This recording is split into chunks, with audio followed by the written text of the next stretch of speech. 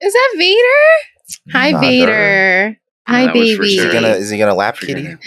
Oh my gosh, look at that big boy. He's big. Big He's a Vader. big boy. Big bad Vader. Oh my goodness.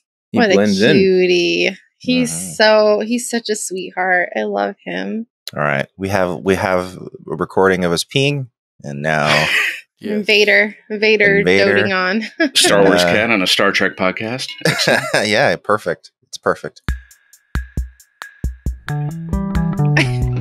Did you hear Bobby? Oh, is he angry now? He's right next to me. He heard me talking about giving compliments to Vader, and what about me? He heard my voice, and he was like, Bobby gets extremely jealous. Yeah. He will literally, when we start petting other cats, he will literally insert himself between us and the other cat to be like, pet me instead. Yeah. Hello, everyone. Welcome back to Newbie Star Trek. Scott's back here with us. Hi, Scott. hello, everybody. Hello. Glad to be back.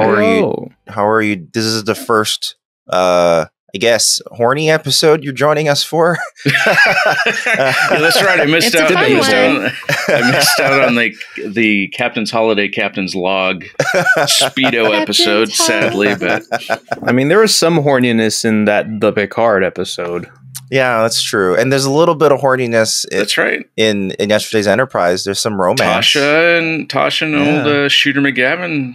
Yeah, there are few episodes that are completely devoid of horniness. Yeah, there's always a background element of horniness. Well, this is unique because it's a workplace. Relationships. Which I'm very interested. Get into the ooginess of this. Is it moral to imagine your coworkers like this? I don't know. We shall discuss. Well, there's definitely a discussion. I was gonna say, Dan and I used to have a joke that no matter what movie you're watching, somewhere off screen, there was always butt sex happening somewhere. It was mostly your joke. You joined it. But listen, I played along, but I rarely brought it Nate back. was the one who played along the most. Nate, They say that every time there's this awkward silence, somebody's thinking about Abraham Lincoln. Really? Yeah, I can believe that. Well, now we will be. Yeah. Exactly. Yeah. I will never not think about that it's like, ever don't again. think of elephants. Yeah. Right, exactly. Oh, no. Okay, well, we're newbie Star Trek. We're here with Elephants are Scott. bastard animals, so I will not thinking about them. We're here with Scott. I'm Marvin, and I'm here with Sarah, Ricardo, and Dan. Hey, guys. Hello. I'm pretty easy to tell which one I am, I think. Yeah, I'm Sarah. It is good to hear you again. I'm Ricardo. I'm Ricardo. Here's my voice. I can't do a good impression. You gotta say dude a lot. Just a dude. Yeah. Dude in 69. Yeah. Dude, I'm Ricardo. dude, I'm Ricardo, dude. Dude, I'm Ricardo, and 69 is my favorite number. Yeah. And you like to party. Yeah. I like to party. Yeah. And I like tahini. That's true. Yeah. Fruits. I forgot about that. Okay. Also, there's Dan. Hello. I'm the hardest to identify. Yeah, Because sometimes you're common. because you're always hard. Sometimes I'm common. All right. So I was gonna start off this podcast with Sarah and I went on a trip a while back, and we went to a really weird thrift store, and they had these Star Trek trading cards. So I'm going to go through them right now, live on the podcast. This is the original series cards. They've already been opened. So I'm going to take a look real quick. Okay, So when this so goes you on just said YouTube, that these you can cards are regarding TOS, right? These are TOS. The other one, which isn't open yet, but I'm going to open, is TNG. You can open it live on right now. Yeah, I'm going to open it now. He's going Okay, to so they were significantly manufacturing reduce. both sets of cards at the same time. Yeah, they were both Series 2 cards. So Okay, Marvin's going to ruin our $1 million trading cards by opening the package. yeah. When you make it back, when you put this on YouTube, you just title it an unboxing episode, and you'll get millions of views. Yeah. You'll make the money back. Okay. Yeah, you really should have put the camera on the cards. This is the funniest card. Can you tilt your camera so he's facing the cards? Oh yeah, I will. Like an unboxing. Oh, I see. Like an unboxing. Yeah. Oh, okay, wait, hang on. I'll do that. Look, okay. So the first card, right at the crotch. Right at my crotch. There it is. The first card is a TV credit card. Oh. This is a card that's just a card of credits from an episode. Closer. Nice. That's kind of cool. Oh, that's kind of cool. That's fascinating. I actually like that. All right, what's that? That's Uhura. Wait, is that one episode? Yeah, this is you for gotta the bring episode. You gotta bring it closer, sir. This is for the episode. Yeah, dude. It's No, like no. you never. It's This like is- never this done is- an unboxing Okay, video. so this is for. I never. Yeah, this is for a This card. is not TNG. What is this? This is TOS. Who's that lady? This is like 6 episodes worth of credits. Sarah, you need to keep up. We've already gone over that. This This is is Aurora. TOS. I have a Michelle question, Marvin. Nichols. She looks familiar. Yes. Okay. I have a quick question about that Uhura card. Yeah. Does it Scott list wants it already. her? He claimed it. Well, I do. She's fantastic. But does it list her first name on that card? Uhura's first name? Yes, it says Nichelle on it. No, well, that's Nichelle Nichols. That's the actress. Oh, Uhura's first name. Oh. It just says Lieutenant I think her Uhura. name is Tim. No. Tim Okay. O'Hara. Okay. Okay. No, I'm curious. Just to I'm just some refer to me as Tim. So Okay, they developed her first name later on down the line. I was just curious on the timeline of the cards. Wait, what's her first name? I don't know. Nyota. Nyota? Oh, it's Nyota. Okay. It's Nyota. Oh, it's like, Nyota. Was that revealed in the J.J. Abrams Star Trek? They did reveal that, yes. She's okay. related to the Navi. I think it may. Yeah, I think it. There's a possibility it may have been in one of the books, but I don't read the books, so I don't know. But yeah, they did it in the 2009 JJ movie. So Gotcha. this is a screen cap from Spock's Brain, which is a famous episode. Spock's I have not Brain, seen TNG, and I know of that episode. TOS. I've not seen Or TOS. TOS, I should say. Patterns of Force. They're in what appears to be Nazi uniforms. So Oh, I don't yeah. know. That's not a good look. So out of context is so weird. That's great. I love it. They were just at a Halloween party. They're not really Nazis. Yeah. Are we the Mud. baddies? Imud. Oh, Imud. Classic episode. Just transporter controls. Okay, someone's hands. This is the way to Eden. He is doing Oh. the Dragon Ball like Triforce beam. Isn't that like the No, sign he's for got a heart. vagina? Is that not the sign for vagina? Well, actually, One of that's the many. sign for a sword. Actually, which means penis. I think this is vagina. Oh, vagina's the other way? Sorry. yeah. Because I remember they did. Oh, yeah. Yes. Because they do that. They even do that in fucking Da Vinci Code. Tom Hanks goes, "This is a sword, which means penis, and this is." So like a cup, vagina which is not. I means guess it's not an vagina. It's not a right side up triangle. It's upside down. That makes more sense. I yeah. guess. Okay. Here's Walt. never This mind. is a nice card of Walter Koenig, which is Yeah. nice. Check. Crap! The original Christopher Pike, the actual original actor, versus the new one. The real Slim Shady. Yeah, That's The right. Day of the Dove. I don't know this one, but R.I.P. there are swords. There are swords involved. Oh, the Day of the Dove was the first introduction of the Klingons. Oh, and they like swords. Okay, all right. Spectre of the Gun. I know this episode. This is the Western Oh, cowboy, that one's the so inexplicably cowboy episode. Yeah, and Chekhov gets some in that one. It's great. Yeah, and the immunity syndrome. I don't know this one. Oh yeah, they fly into an amoeba. It's All fantastic. right. Oh, they tend to fly into things a lot, don't they? A lot. Yes. Yeah. It's definitely not symbolism for anything whenever they do it. So I'm going to now ruin the. It's not mint. Like the air is already leaking from it, so it's open somewhere. Is there gum in there? Do you get like a Bazooka Joe gum in it or something? I don't know. Let's see. I'm gonna try to not completely destroy the packaging. If there is a gum in there, you have to eat it. I have to chew it for the 100%. podcast. Ew, oh my I god. agree. Do it, dude. I agree. No, this is please gonna- don't. I this is don't gonna- feel like going to the hospital tonight. This is going to be preemptive. You know, like that YouTube channel Yeah. where he eats old MREs from like Yeah, World he War eats I? like all the old army food, and Yeah, he'll like that'll be actually me. smoke the the old cigarettes. TKLs. Yeah. The old TKLs. Yeah. Oh, Nice. it's just Picard on Worf from Sins of the Father. I even know where that's from. No, wait, no. Hey. This is not from Sins. Oh, this is a spoiler. Don't Oh touch yeah. us. That is Oh, not I know from what that that's way. from. Showing us everything, Marvin. Yeah, dude. Yeah, be Picard and careful. Q. People listening can't even see any of it. First episode, Picard and Q. This is Oh, yeah. Encounter at Farpoint. Okay. Ooh, Claire. I retroactively found out she is very popular in Star Trek fandom. Oh, the hot okay. Klingon? Yeah, the hot But you still Klingon. say- Hell But yeah, you still dude. said her name wrong. Oh, I don't know. How do you Is say it Kalar? It's Kalar. Kalar. Oh, okay. Yeah. All Like right. Kmart. Sorry, Like I won't be that. I won't be that guy. No, throughout the thing. please, I'm just because playing otherwise with it. I'll just be like, "Hey, Kaylee, this Hey, is Killer. Killer." She's killer, right? Hey, killer. yeah. Kalal. Kalal. Troy and Crusher, Kalukale. they're not having fun. Oh, that looks No. very serious. Just the battle They're- section. That's kind of cool. It's Oh, just the the battle. battle Oh, section of yeah. the Enterprise. Nice.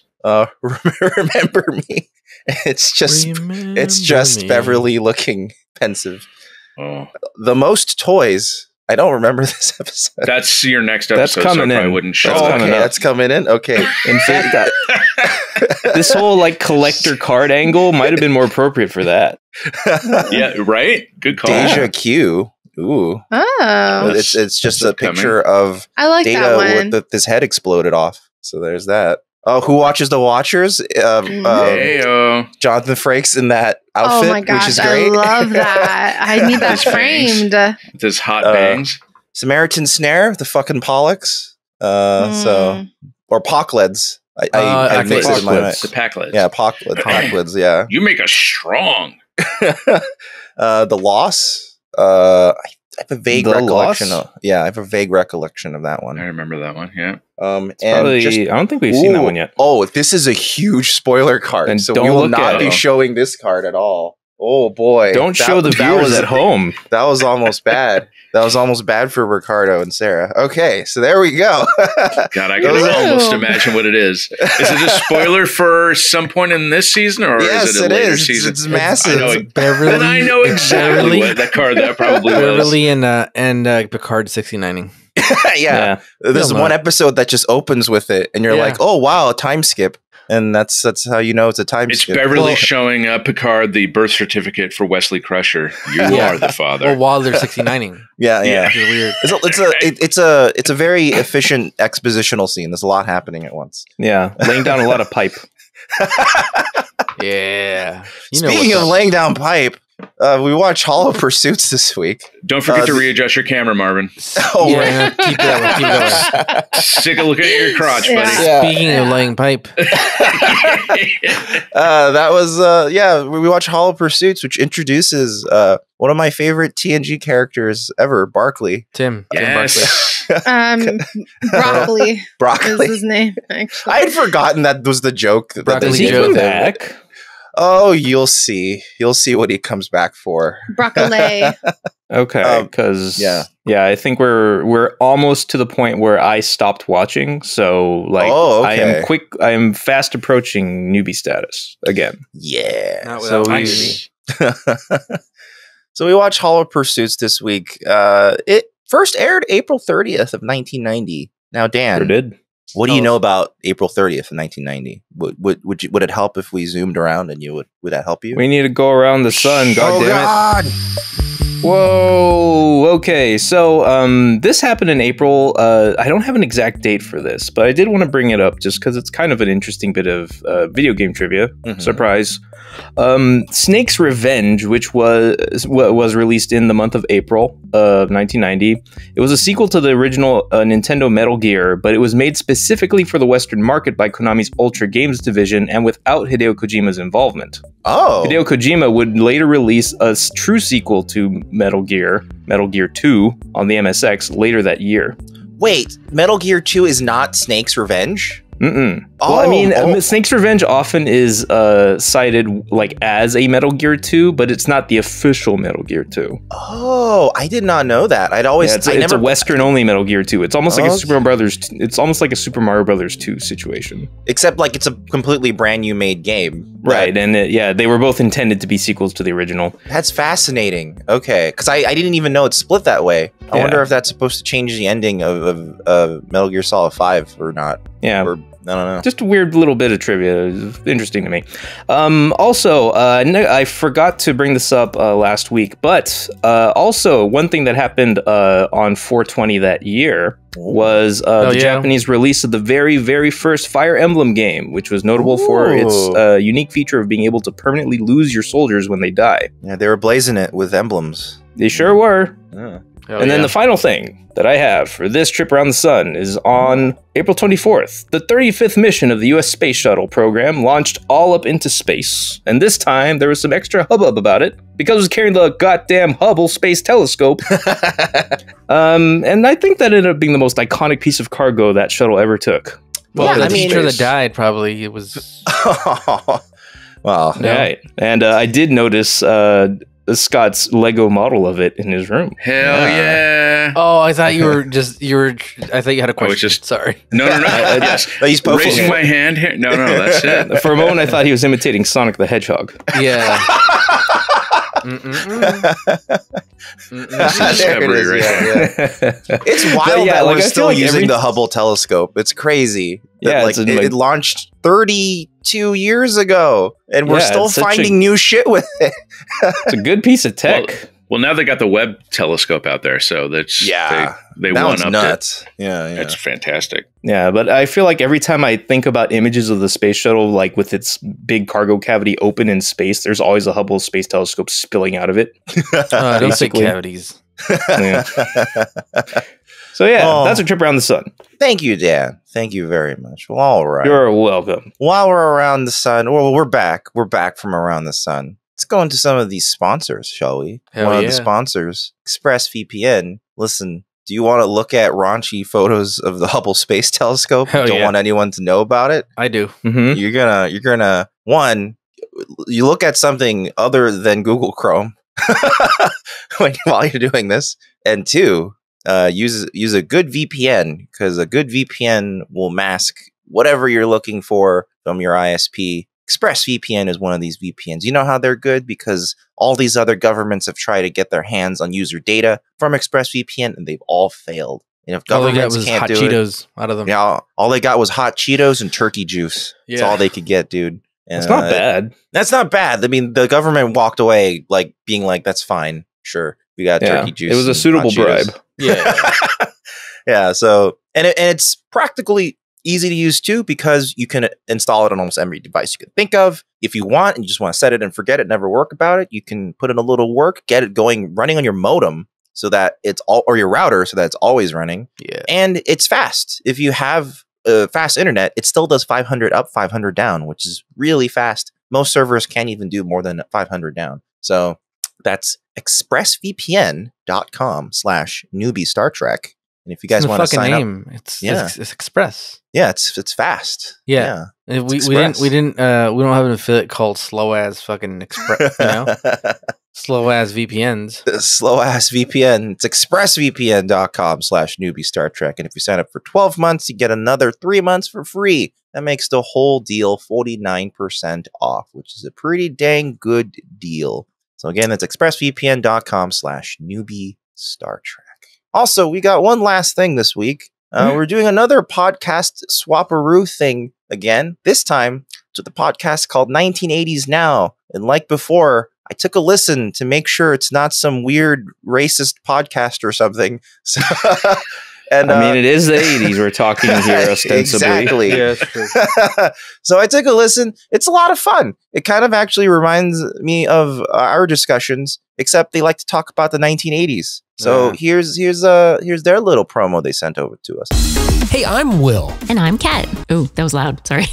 If you love 1980s pop culture, you'll love 1980s Now. Each week we discuss our favorite 1980s media. Like movies, TV shows, music. Yeah, we chat with our favorite 1980s celebrities. Let's see, we got a lot of those.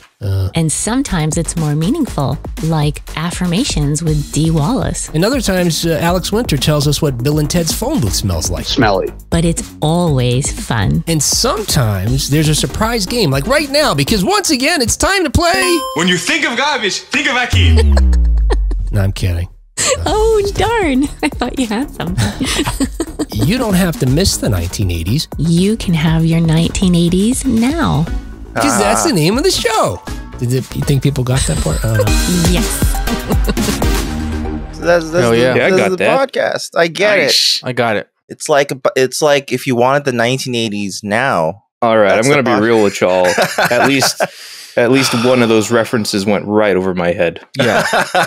I was like, Alex Winter, I know that at least. Yeah. the winter of our discontent. Yeah, D. Wallace. Yeah. D. Wallace, I know that one. Yeah.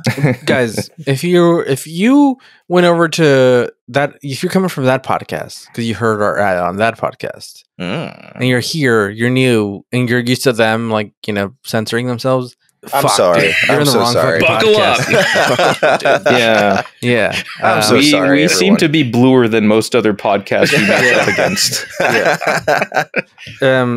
They say blue is the warmest color. That's what I've heard. But I don't know, dude. I've only seen that raunchy It goes movie. all the way around the rainbow, and then you're right back to blue. Yeah. I like it. So if you're easily offended, no hard feelings. This isn't the podcast for you. But if you like to party, like fucking Riker likes to party, and Tasha likes to party. Oh yeah, for sure, dude. Yeah, or this guy Tim Stevens or whatever his name is, the Tim guy. This guy fucks, dude. But anyway, this is where we start getting a little hot and heavy. So yeah, if Denise is going to ask a pretty hot and heavy question right now. Yeah, Ricardo, could you please tell us what happened in this episode? Well, Denise, slow down. First of all, slow down. Slow your roll. Whoa, Denise, ease up. First thing I noticed with this episode, right off the bat, is one of my favorite shows from the 80s. Speaking of the 80s, one of my favorite shows was The A-Team. And I noticed immediately that the actor that's the kind of like lead guest star of the episode is played by the same guy that plays Howling Mad Murdoch on the 18. Dwight Schultz. That's right. Yeah, Dwight Schrute. The original Dwight Schrute.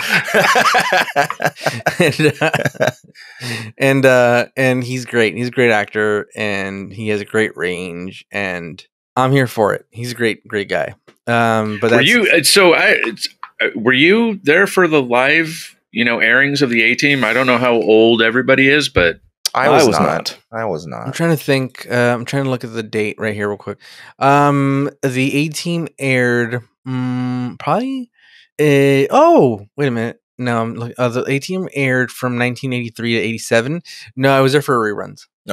Okay, cool. I'm the only one. I might have caught it the end of 87. I was probably like 7 or 8, but it's all the A-Team was my jam back in the day. Like I was born in 70, so I was well into the A-Team in my early teens watching that shit. And Mad Eye Murdoch, favorite character easily. Just the quirkiness, that character was great. The fact that helicopters would crash into the side of a cliff and then the people would crawl out of the fire because nobody died on the A-Team.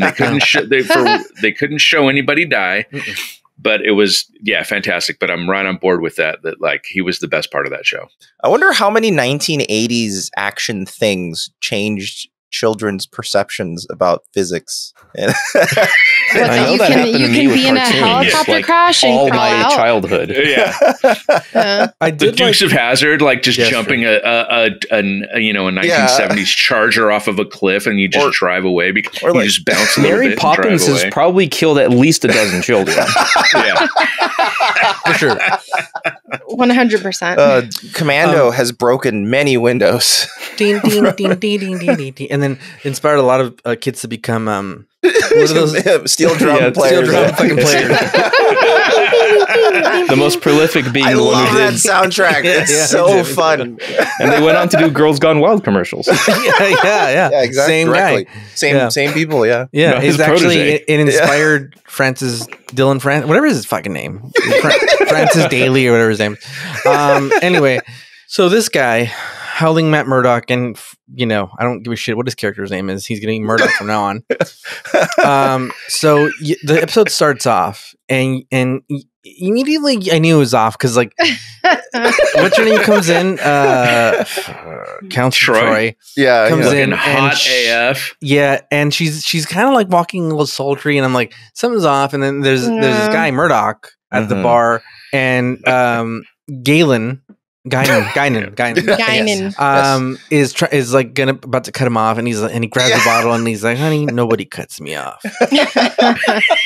Get the fuck out of here, dude. And nobody cuts him off from synthahol. That doesn't affect anyone. And then they made her blow some steam, and that means hogging alcohol at the bar. Honestly, who doesn't imagine this scenario playing out in their own work life? I don't know. As he gets into Ricardo and I, we have collectively dreamt.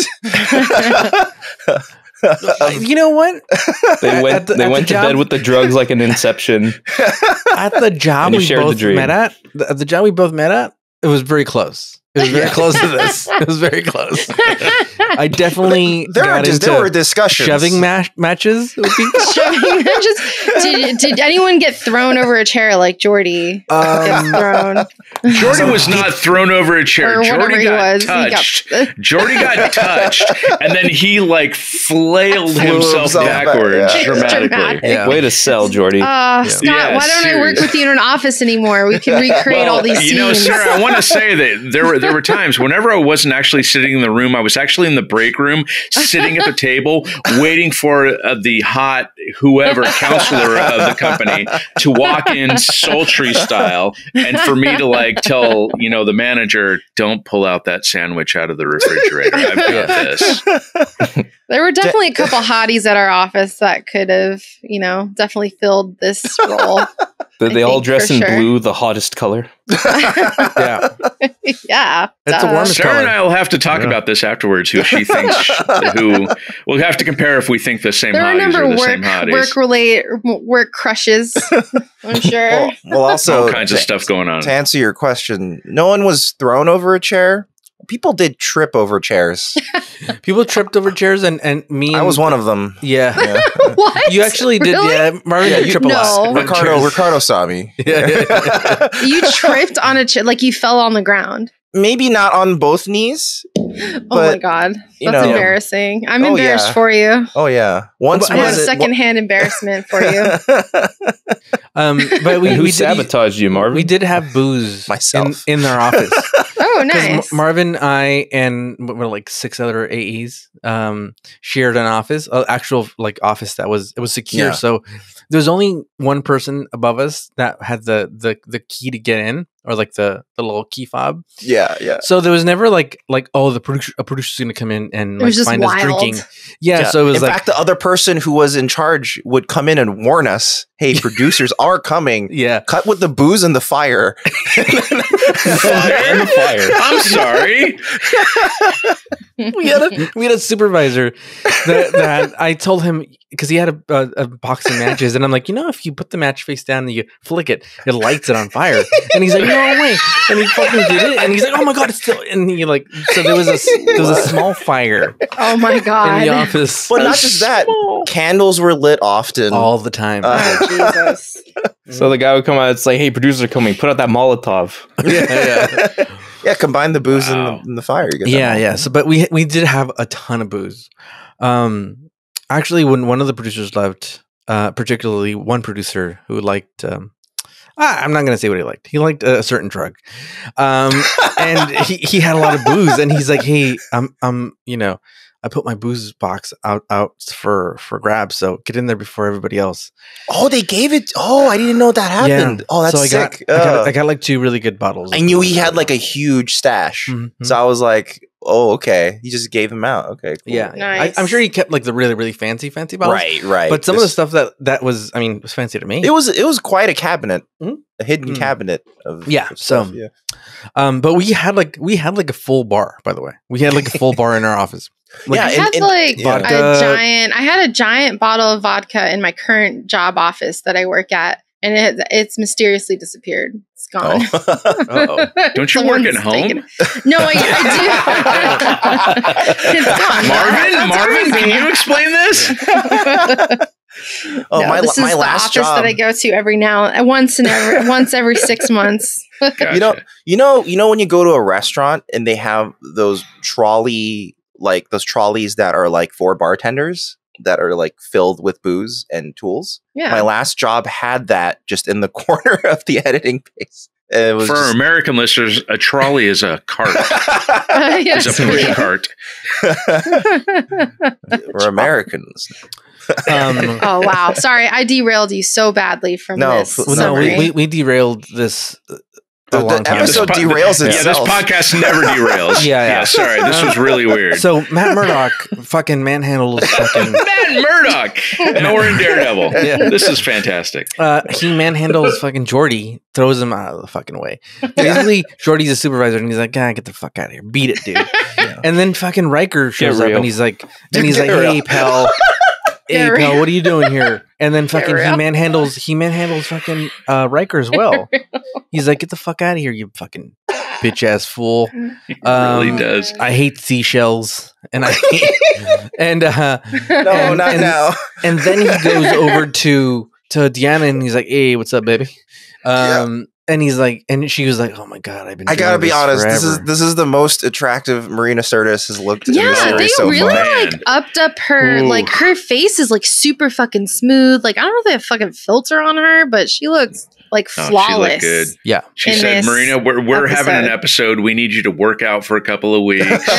Tighten it up a little bit." Oh my god, she looks great, and she's raw dogging him from across the room.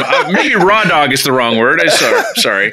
With her eyes. Mad dogging is maybe the better word. Mad eye dogging. Mad eye moody dogging him. Yeah. From across the room, and she's inviting him over. Yeah. And then you realize that it's all a holodeck simulation.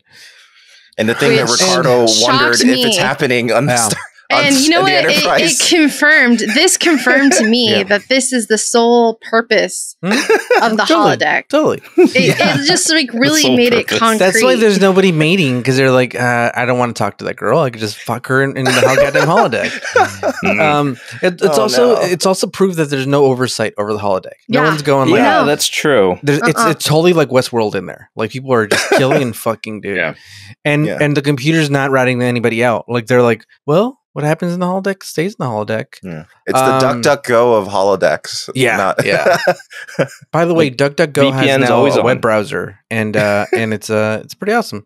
You can get on the beta. It's beautiful, it's beautiful private. And even if you don't use their browser, DuckDuckGo, the search engine, is also a search engine that does not track any or keep any logs of your searches. They burn them. Okay, guys, we get it. You're into weird porn.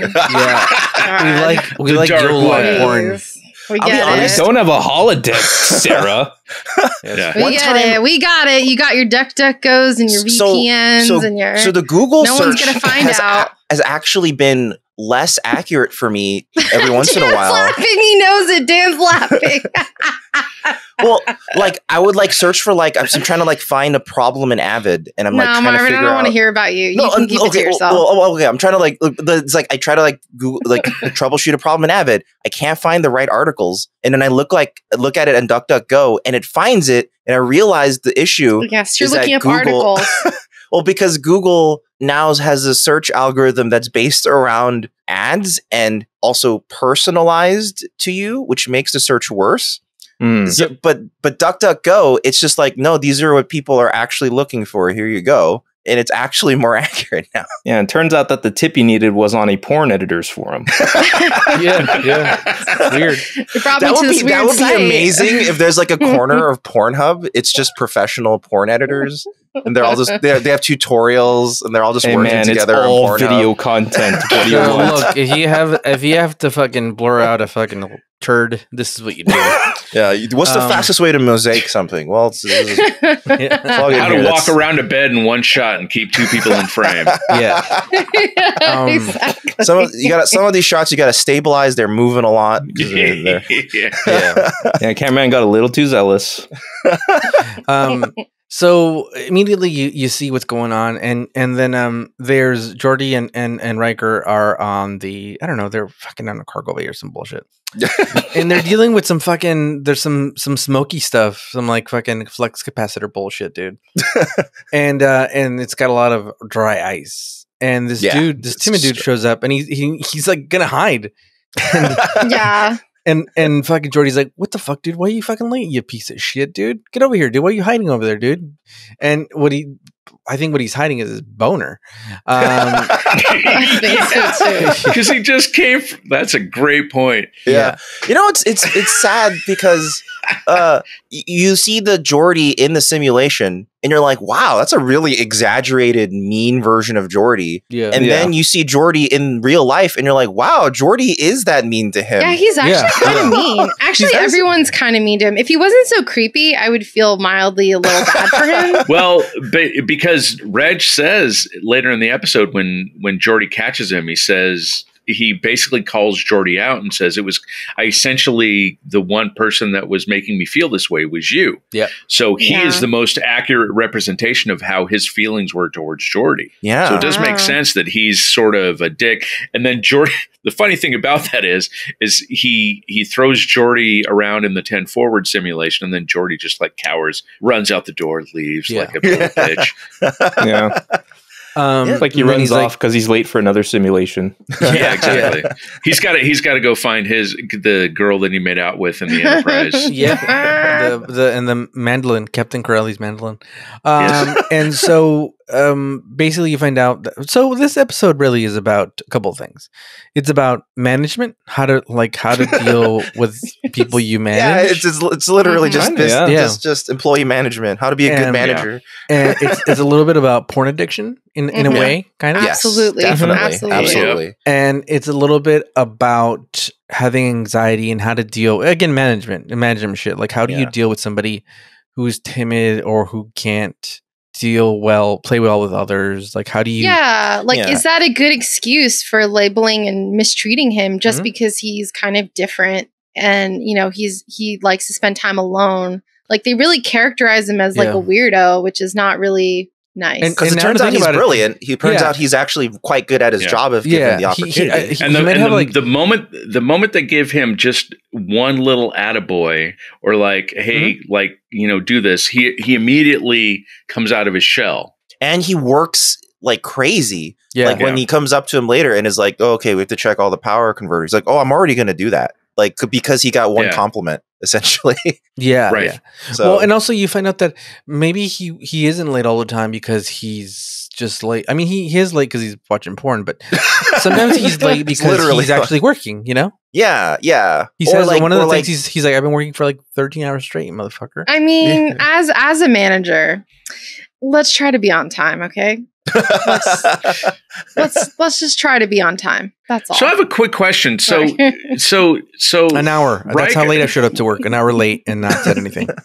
Riker inadvertently says, "Yeah, Lieutenant Barclay," right? Which is a whole running thing. No. And then wasn't it Picard who says broccoli? Calls it broccoli? No. In that first scene when Geordi and Riker are talking about him, he's like, "Oh yeah, I've heard many things about Lieutenant Barclay," and Geordi kind of gives him a quizzical look. He's like, "Oh, that's kind of what's Wesley mentioned that," and Geordi says, "Yeah, well, it fits." What the fuck is that? What does that mean? His hair looks like florets. He's a vegetable? What is I mean, like... I think... Yeah, that's weird... I think this time of... Like, around 1990, broccoli had this reputation as, like, the food that everyone hates. This is the food that all kids hate. Kids are always told, eat your broccoli, and no one fucking wants to do it because no one knew how to cook back then. I mean, Dr. Hibbert said it's the most deadly vegetable known to man. So. Yeah. I love broccoli. Yeah, I love broccoli. Yeah. Roasted broccoli. I think the public opinion has turned completely around on broccoli. The problem is that Americans, especially white Americans, used to just boil broccoli. They used to just boil the broccoli. And just serve the boiled broccoli. Disgusting. And that's disgusting. But thanks to Dragon Ball Z, everything turned around. Yeah. He should have been nicknamed cauliflower. Yeah, then everybody would love him. Broccoli. They shouldn't name them Broccoli Pete. But that's good. I appreciate the context and I appreciate the clarification because I was watching that going, like, what the fuck is that? Why does the nickname fit? Like, he's awkward, he's weird. Why does that? I guess because Wesley is the kid. He says broccoli because he hates broccoli, so he hates. He's 17 at this point. Hey, what business is he? He's still a kid. Yeah. I guess also, it's never fucking okay to come up with a nickname for someone that they didn't like bless or approve. That's so mean. We used to do it all the time at work. That's so mean. Snack train. The lizard. Yo, those are good though. Except for shitty people. Except, you know what? There's a couple people I can think of at work that I would definitely be like, yeah. All right. Yeah. All you need to do is meet the one person who deserves it. Yeah. You know, I can think of a couple. I can think of a couple managers that I want to take to the holodeck for sure. 100%. To do what? Take out the safety protocols and just shiv them. To punch the shit out of them. Yeah. So Broccoli Pete, old Murdoch, you find out that, you know, he's kind of clumsy a little bit. He's kind of awkward. And this stuff that's in the containers, they spill, and this one dude goes and tries to pick it up, and so does O'Brien, right? O'Brien, yeah. And I mean, there's no spoiler alert because you probably seen this episode, and if not, then that's your business. But then why are you listening to this? Seriously, we're not here to walk you through the episode. That's how they get. That's how they get contaminated, and they go and affect other systems. It's This is the only thing I didn't like about this episode. This MacGuffin thing was very stupid. Like, the dry ice. It's a weird thing, and it affects the things, and everything they touch now is fucked up. The only thing about it that I thought was inelegant, and it's a general complaint I have about Star Trek, is that like this is not a world with any PPE at all. So if like a container of something spills and it looks like hazardous, don't just go up with your raw hands and just start touching everything. At least put on some gloves. They don't have an express VPN of gloves, you know? Look, I guess in this timeline for Star Trek, they didn't have a pandemic before to have PPE around. Or why wouldn't there be some kind of like contamination alert? Yeah.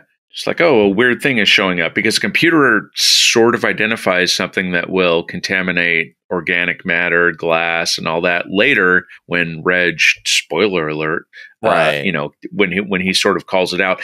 I don't mind the fact that it was the shit coming out of the broken container because, you know, it was a weird thing that they said, these weird ass aliens haven't like evolved, you know, the way that we've evolved, and they're using this old chemical and whatnot. But the fact that they get to it so quickly at the end, which is another Star Trek thing where it's like there's 5 minutes left in the episode, we have to discover exactly what happened. He's like, like they bang off A, B, C, and D, and they get there very quickly. It's all techno jargon. Yeah, it's really fast. Yeah, but 30 seconds till self-destruct. It's weird that the ship. It's weird that the ship didn't recognize, like, this is now in the atmosphere. Yeah, but you know, there's a scene. Plot armor. There's a scene where like they're all one of the next scenes is they're all discussing, like they have a group meeting about this thing, and they're all talking. Wesley's there, and again, look, I get that Wesley's fucking smart, but he's a fucking child. Like, God damn it, he pisses me off so much. Like, first of all, he gave him the nickname. I don't think I don't think a child is responsible enough to give somebody a nickname. You know, that takes like an adult to be like, no, Broccoli's a stupid ass fucking nickname. Call him Weird Pete or something. You know what I mean? That's fine. Call him Reg the Veg instead of Broccoli. Yeah, call him Matt Murdock. Yeah, call him Howling Mad. You know, there you go. And so they're talking, and then he like has this theory. What about this flux capacitor to this? And then stupid fucking Wesley's like, well, that doesn't work because of this, and that. And then later on, like I could just see fucking Matt Murdock. I mean Matt, not Matt at all. Broccoli Pete going like, oh, fucking Wesley with fucking like you just see him like just losing his shit like fucking Once Upon a Time in Hollywood, like DiCaprio in his goddamn trailer. It's Wesley's fault. He's a piece of shit. But anyway, behind the scenes, Wesley started a lot of this. yeah. So by giving him a nickname and being a jerk to him. Although it's also primarily Geordi just being such a jerk to him. Yeah. So Geordi talks to Deanna Troi, and basically she says like, "Oh, like you have to be kinder. Like you have to like basically like." Maybe he doesn't have friends. Like, actually, she has like really good advice for the first time ever. She's wrong about a lot of things all the time. She sometimes doesn't serve a purpose on the ship because like what she's hired for or what she's there for, she doesn't do. Mm-hmm. Like she could have sensed, like she senses shit. She could have been like, Geordi, no, this guy fucking works a lot. He's just stressed and like he doesn't know how to deal with it. And he's fucking watching way too much porn, dude. You gotta cut off his Pornhub account. You should see the hours he's logged on the holodeck, just fucking raw, dude. And what he's been doing is every time he's in a stressful situation, instead of talking to people or friends that he doesn't have, or just in generally socializing, he goes and he hides in the holodeck. But the weird thing is he wants to make out with Troi. Yeah. Well, he wants to make out with Troi and Beverly. Take a nap in their lap. Yeah. Like a little baby. No. Like, he wasn't weirdly. Well, I don't know. Weirdly, he was, because in 10 Forward, Troi was the one coming on to him, and then in the Three Musketeers thing, it was Crusher. So it was Beverly. It was Troi and Crusher. I take it back. I think that. I mean, clearly this is censored for TV, but in the uncensored version of this. What I imagine this episode would be is that Geordi walks in on him fucking like Deanna Troi. Oh yeah, I was waiting for that. Yeah. 100%. Hell yeah. Oh yeah. And you were waiting for that? Yeah, I was waiting for that. I was waiting. Oh, actually, and the program aired in 1990 in prime time. Yeah. Right time, right place. You know what's kind of creepy is I kind of wonder, like, okay, so this is like where the prominent women in the show are being like really sexualized by like this crew, like Troi and Crusher and all that. That kept on going through my head. Like, and I was wondering, like, is this a reflection what like the actual crew feels like about them? Like, you know what I mean? Like, are some people walking around on set like, man, Troy's hot as fuck. I mean, the writing room, as we know, is quite. They're quite horny. Yeah, like they wrote an episode. They're like, "What if we could fuck our coworkers?" Yeah. So, like, okay, here's a perspective. So, for one, I think it's really funny that Crusher is only in the episode as a hologram. Yeah, he's only there as a sex thing. But the other thing is a weird old timey like Renaissance. A Renaissance sex thing. Yeah. But then the other thing is that I don't. He's like, I only have hard-ons for fucking the Dark Ages. Yeah. That only applies to redheads. He equates her medical knowledge to the Dark Ages because she's always killing people. She's like the plague. Yeah. There you go. So I don't know entirely the circumstances behind Gates McFadden's casting, but for Marina Sirtis, I believe it's because they saw her films in Canon Films, and in Canon Films, she is unfortunately like the lady who is like, let's have you take your shirt off now scene. Like in a few movies, I think. Wait, there are nude scenes of her in other movies? In Canon Films. She had a pretty, not extensive, but like a good filmography with Canon Films before she joined Star Trek. And they basically only used her in those films to like be in positions where, you know, she's very compromised sexually. Wow. So I think the people who cast Marina Sirtis I remember reading somewhere they'd cast her after seeing her in movies, and they were like, we need this like sexy. Yeah, they wanted the counselor to be sexy, and they were like, well, she was sexy. Well, yeah, I mean, they have her foot episode. Yeah. They have, I mean, this episode, which is like they're trying to cover all the bases with her about at all, and they have that weird stretching, scissoring episode. I mean, they're really trying with her. Yeah. She's that's the foot episode. The foot episode is the scissoring episode. Jesus. Yeah, that's right. Yeah. That episode did a lot of work. That episode was a twofer. But I guess my question is, I wonder if people felt like they were looking in a mirror a little bit. You know what I mean? Like yeah, I think they were. the holodeck is my bedroom at home. Well, from pretty much the opening scenes, I just start getting uncomfortable thinking about what Marina Sirtis was feeling, like just constantly making out with this guy. Oh my God. I know. And they're really like making out. Like it's like, it's like in there. It's some of the most explicit making out we've seen on the show. Oh, for sure. Yeah. This is definitely like, Which leads us to a discussion of ethics, I guess.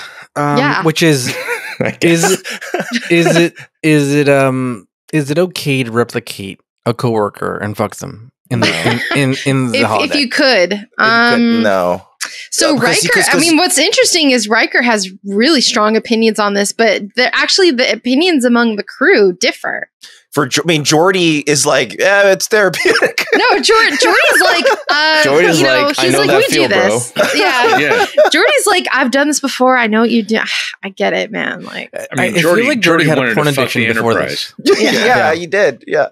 He's like, I fucked almost kind of saw it in an episode. Yeah, in that episode, it could have. Okay, here's the context we can put it in now. Deepfakes are real now. Are you okay with someone deepfaking you for sexual purposes? But here's the thing is that this is not. Here's the difference with that is that like this is the holodeck is something that doesn't leave the holodeck, right? Hypothetically, it's supposed to be an extension of your mind, is what you're saying? Yeah, like it's a dream. It's a dream. It could be a fantasy. It could be anything. It's not.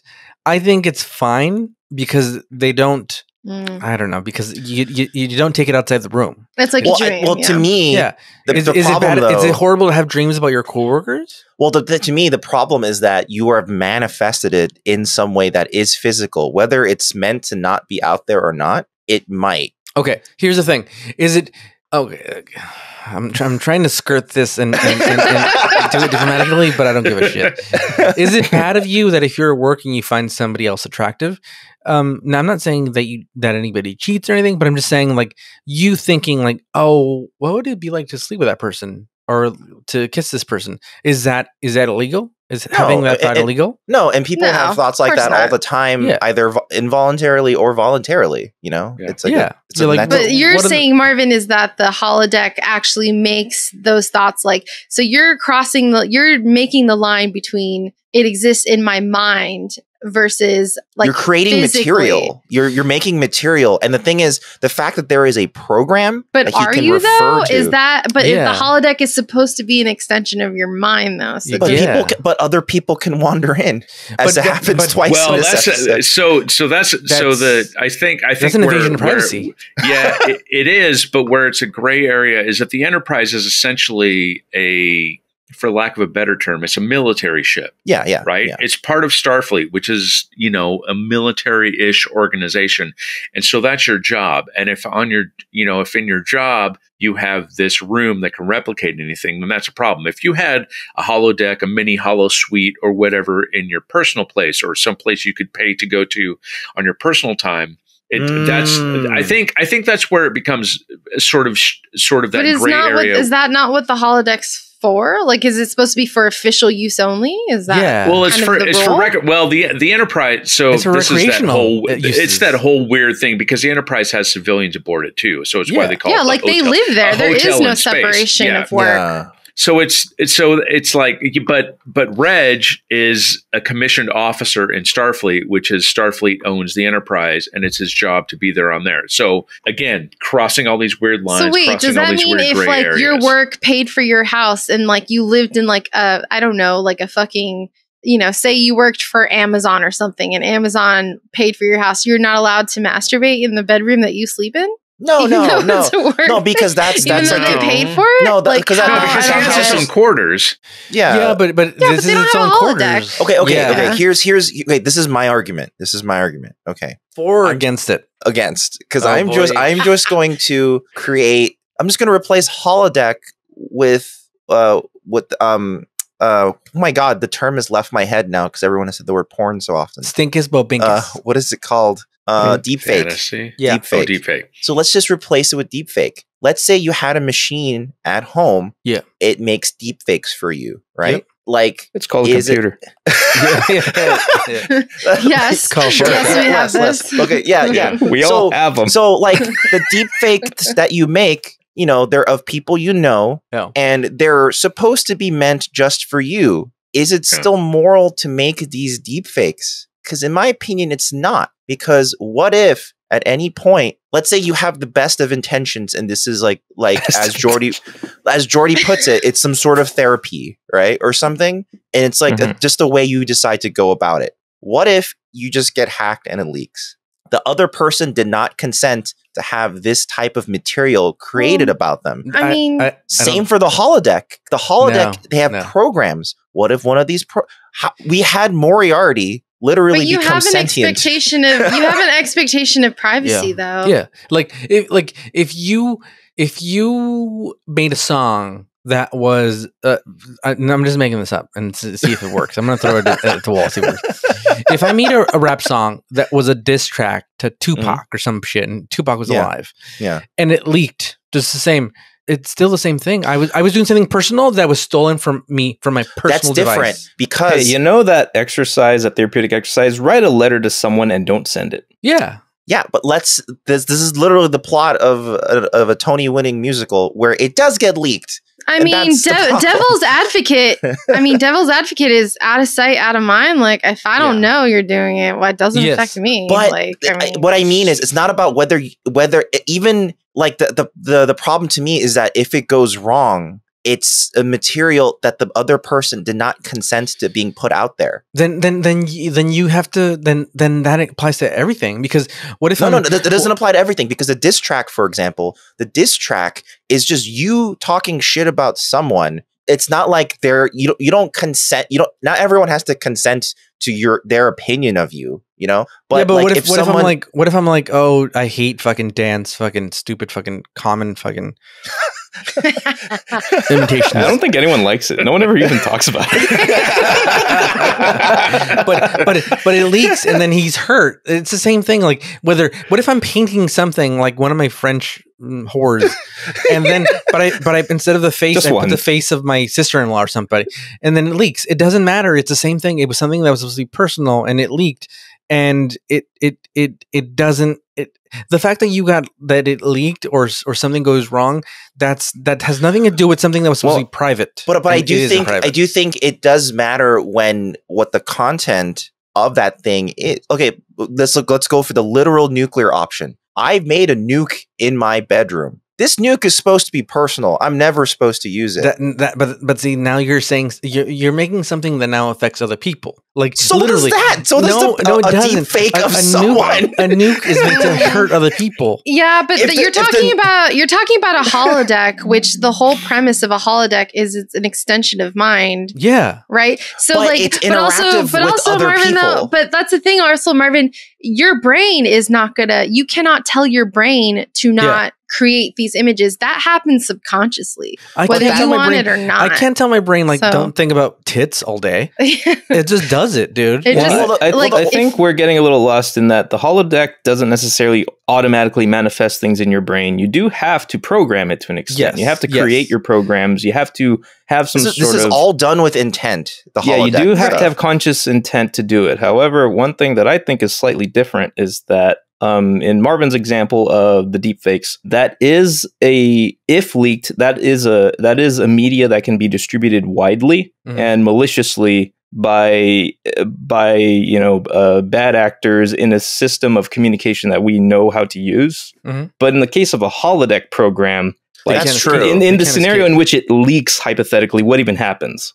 Yeah, it's not even in universe. The holodeck technology isn't necessarily super widespread. So I guess in the context of this episode, the leak is just people walking in on Reg. Yeah, they just need to get better locks on the doors. Yeah, like if there was a good lock that kept them out, then there would be no discovery or scandalized solution. People wouldn't feel scandalized either. Get the club. Yeah, for the cards. Put a club on the. I mean, I don't know. What do you think? What do you think, Scott? I want to hear. I have a question, Scott. Yeah. Why do holodecks not have locks? Yeah, what the fuck is up with that? Like, that's another point. Yeah, that's another weird. Well, I mean, I don't I guess I don't have an answer. The thought is that because you're on a ship and these are all commissioned officers, and a commissioned officer can walk on another commissioned officer who is supposed to be scheduled on duty, and he can say, well, we don't see any of this in the episode, but the assumption could be that, well, he's supposed to be on duty, computer override based on me being his superior officer. You can walk in because he's supposed to be on duty. Because the things that they're pissed off about him with is, yes, they find out that he's fantasizing about each of them in a way, but they're more pissed off that it's affecting his responsibilities. Yeah, now, that's true. That's true. Actually, to get to the very pointed question of what is my opinion of it, is it's fantasy, and I think in a fantasy world, the fact that the holodeck can make it real for somebody, and if that happens to be a real person that you're a coworker with, I think it becomes irrelevant in a sense, because if you get caught with it, it's like, well, you can't accuse me of that, because what fantasies have you had that you haven't been exposed to? Everybody is guilty of their own fantasies. The fact that you get caught by one should not implicate you of being immoral. Right. The fact that that's what Geordi's kind of making the argument for him. I feel like Geordi's like, it's not so bad. We all do it.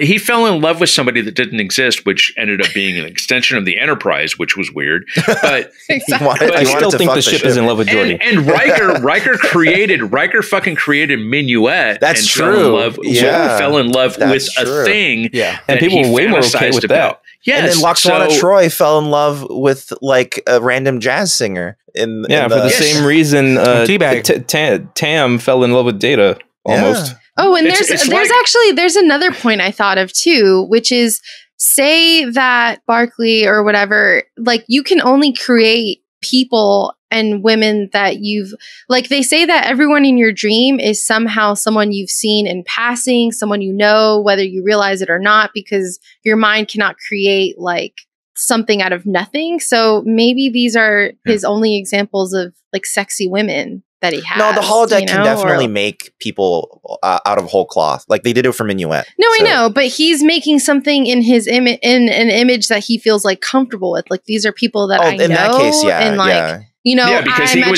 would tell the holodeck, I need a sensual, empathetic woman. Oh, I need more information. Well, the only one that I know is Counselor Troi. Make her be like Counselor Troi. Exactly. Or make her look like Counselor Troi, because he's exposed himself. That's a weird way to say it.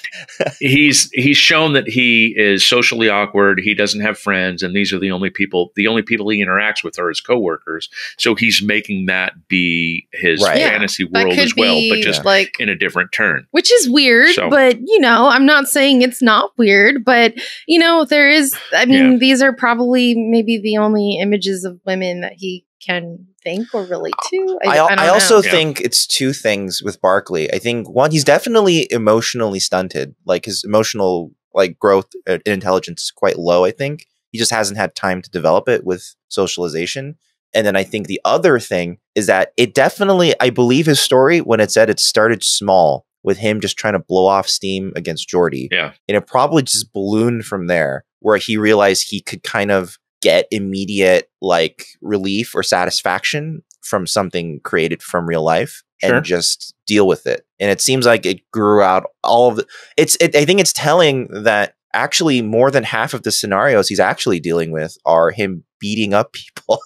And to your point, the fact that it evolves is the Riker that he takes down in 10 Forward is a full-sized Riker. It's the real quote unquote Riker, and the Riker that he's fighting in the Three Musketeers thing. He's essentially tiny Riker. He's very silly. He's got a high pitched Riker voice. It's like a domineering version of him taking over that. He doesn't need to beat him in a fight. Now he's just humiliating him. In that version. So but again, to the point that he doesn't have friends.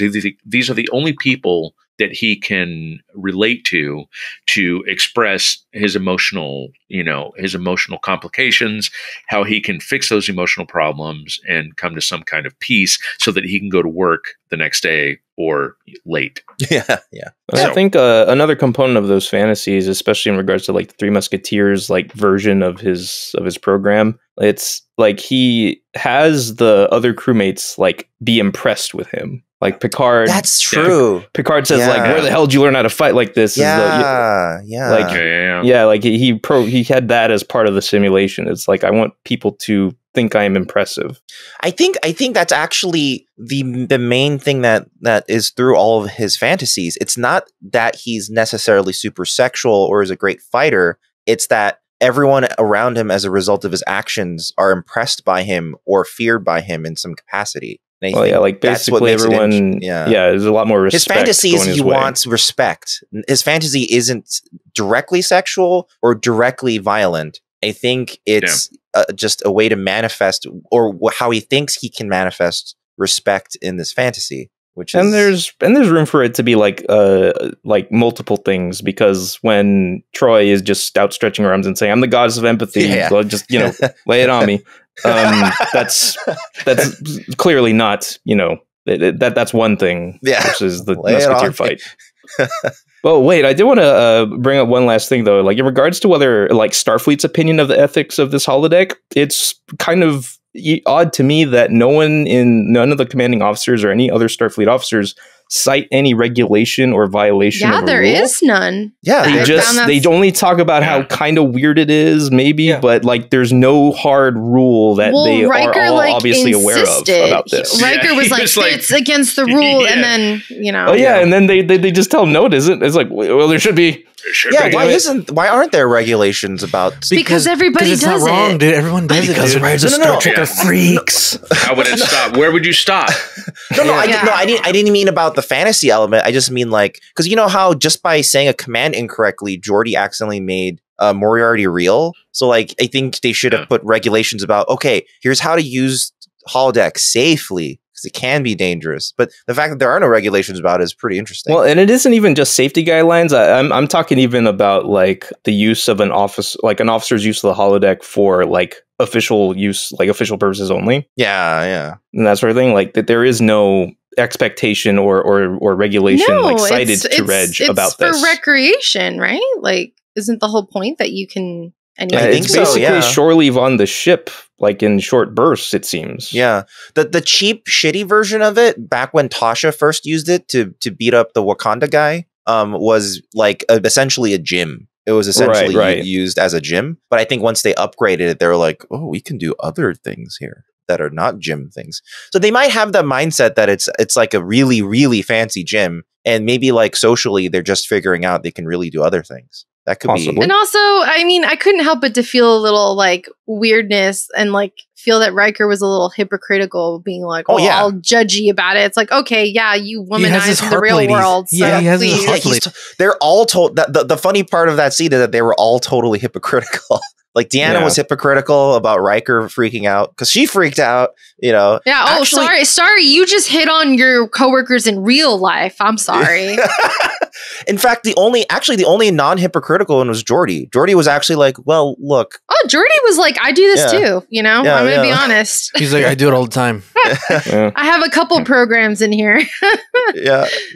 He was the only one that was like, kind of like, I don't see anything wrong with this. And Deanna didn't either until she saw herself. But, again, a little weird that like Riker was so upset. Like, I'm like, okay, but you're like a womanizer in real life. And you're like, have this weird relationship with Deanna and anyone else who comes aboard with a pee and some breasts. I don't know. But like, it's just weird.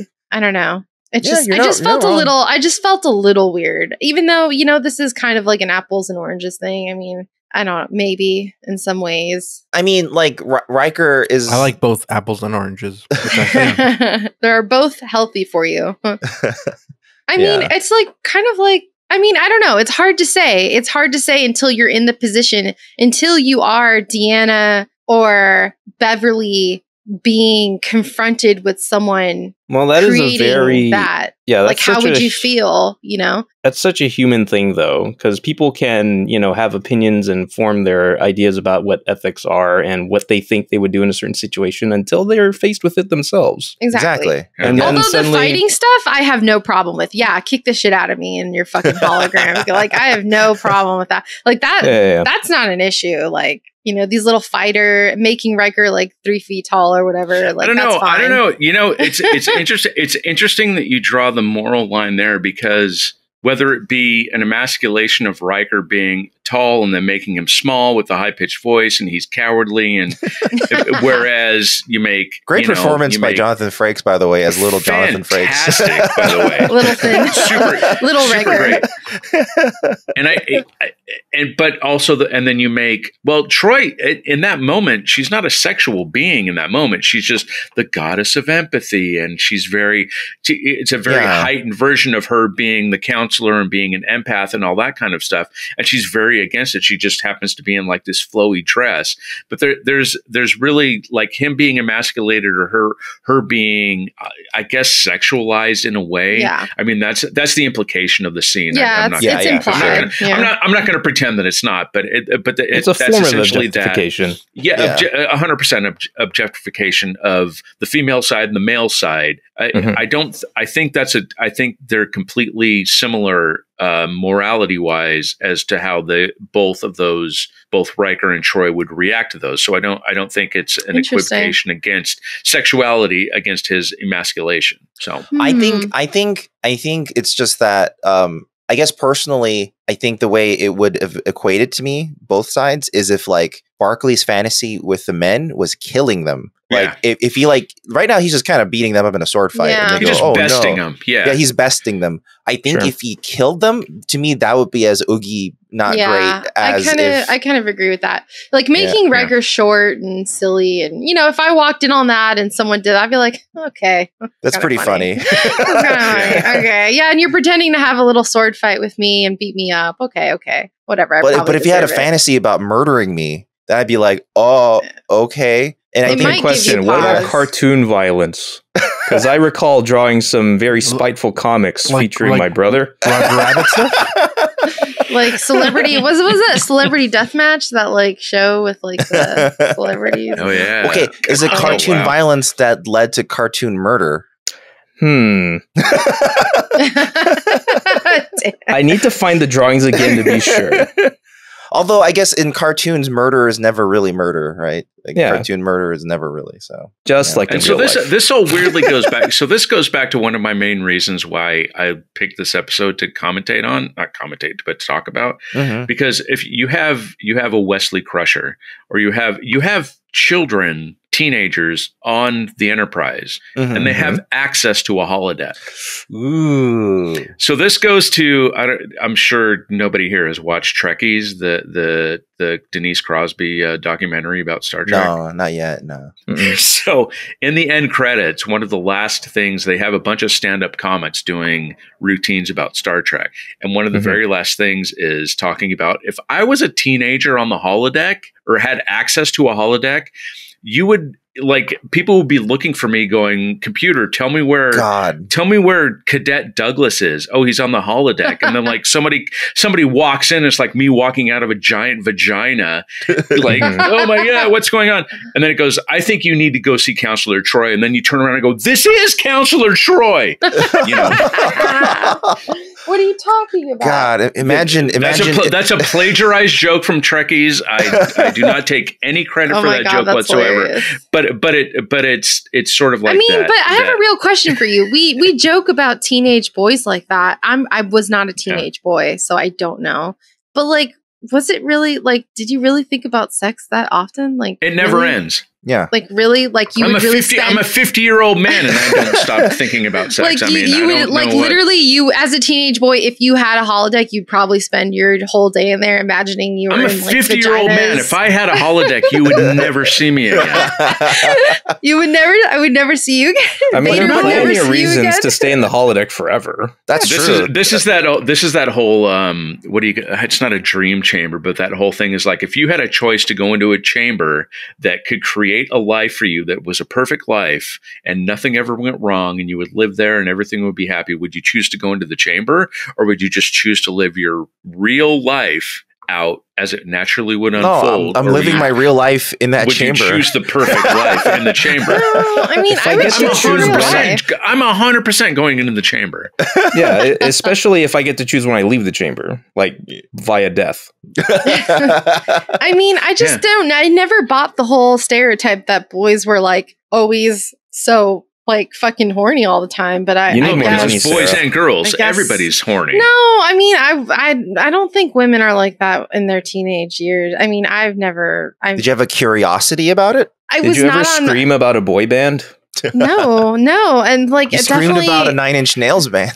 No, but like not to the extent that the stereotype is with boys. Like, oh, boys are thinking about sex 24/7. It's like I felt like, okay, well, no girl I ever knew like thinks about it 24/7. Like that's just not how. Like, you know what I mean? Like that's not, girls are not characterized that way at all. I do think if any teenager, boy, girl, otherwise, had access to a holodeck, though, they would probably use it as a way to at least explore sexuality. When it comes to mind. I agree with that, but they say that boys would be in there all the time. Where I think there was a social stigma where it was equated that testosterone equaled sexual drive, whereas estrogen equated to supporting the sexual, the testosterone and sexual drive. There was that whole thing. I mean, it was very media driven. It was, and we're all hopefully, and I feel like we've come out of that where we see that no, everybody is really fucking equal and everybody has these same drives. It's not just boys are sexual and women are not. I think we're finding out that everybody is sexual. Everybody has equal feelings about everything. It's just, it was driven by one sect back then. I think that's being lifted now. I just disagree with the I guess I don't know though that it was like boys wanted it 24/7. Not that they wanted it. I think thinking about it all the time. Thinking about 24/7. Especially when you're a teenager, it's not even necessarily wanting it. Like, first of all, it's what is it? What is it like to begin with? And it's more of like an intense curiosity. And then a trial and error of random objects around the house, I'm sure. Well, there's also, there's toilet paper rolls. I don't know. There's a physiological, chemical thing about growing up and puberty and all those kinds of things. So it definitely is a thing. It's just and are being experienced at different times at different levels. So I think there's some validity to it, but I think it was overblown one way against another way that boys were so far into it and girls were not so far into it. It was just, there was an aggressive nature that was fed upon and it just became a thing. And I think it's less nowadays. Yeah. I mean, but not gone. I love being a woman. I love being a girl. I would totally die if I was a guy. I would want to literally take my life. But the privilege though. But no, I would never give it up. But there are so much of it, dude. Yeah. Would you be a white guy? Because it's fucking awesome. If I could be you, Scott, I'll take that. I'll take that. Only you though. Only you. Yeah, my life is so perfect. But there are times where I'm like, I wish we could just switch for an hour. Just to see what it's like, I wonder to be again, what does it feel? What is this like? Again, I don't know. My favorite weapon in all of science fiction is the empathy gun from Hitchhiker's Guide to the Galaxy. Oh yeah, where you know exactly how you force the other person to know exactly how you feel, and I think the world would be awesome if that could exist. I know about awesome, but it'd be different. I think it'd be great. I honestly think the world would be great if that existed. I mean, wouldn't you guys want to know just for an hour what it's like to be a girl? I just immediately touch the boobs. That's really it. I mean, you got to know. Just start putting things in the hole. How many things can I fit right in here? There. They're like the closest thing to you. I can tell you they just get in the way a lot. That's the problem. Depends on size. It's more of a hassle. It's more of a hassle. Lift them up on the hot days. You got to cool off. Yes. And on hot days, it's especially miserable. But yeah, and they're not fun. But again, I would never trade it for the world. Love it. I'm so happy to have been, in this body as a woman on this earth. I love that. I really would not want to ever be a guy, like ever. Okay. I'm sorry. Okay. I'm sorry. Okay. Sound like you're overcompensating. I'm sorry, okay. guys. No, it's just like I just think that like, you know, like the idea kind of like scares me, and so that's why. I mean, that's why it's, you know, people should be who they want to be, like, you know, and who they feel they are, and so. But I do wonder for like maybe an hour, only if I was guaranteed that I could come back. Because I'm pretty sure I wouldn't like it. And what would happen if somebody stole that 1 hour and broadcast it to the world? What if someone offered you that but said there's a 10% chance you won't be able to turn back? I wouldn't do it. No. Okay. The holodeck probably could maybe help simulate that somehow. Not even like a 1% chance, because I would always want to come back. I wouldn't want to be stuck. Oh, no, that sounds awful. Wait, no, but the holodeck doesn't make clothes for you. So maybe not. I guess not. Yeah. But what if you like kept on telling it? Yeah, I know. Spoiler. What if you told it to speculate? Speculate. What if I'm a girl? Speculate. Speculate. What if I have boobs? Yeah. No, and then you guys would be a woman, and you'd be like, wow, I'm so horribly mistreated, and I don't get paid nearly as much as I should, and you immediately, wow, everybody hates me, and oh no. Oh my god. You guys would be like, wow, life is so hard and I hate it. Why does Sarah like this? In an hour we would find this out. That's why Westworld I think is dead on. Because if we could have a holodeck, we would immediately go and kill and fuck in the Western world. Yeah, in the Western world. And then probably go over to Samurai World, and then probably go over to what was the other world? I wouldn't go to World War II world. That sounds lame. Let's go to Vietnam world. World. Good. And then that'll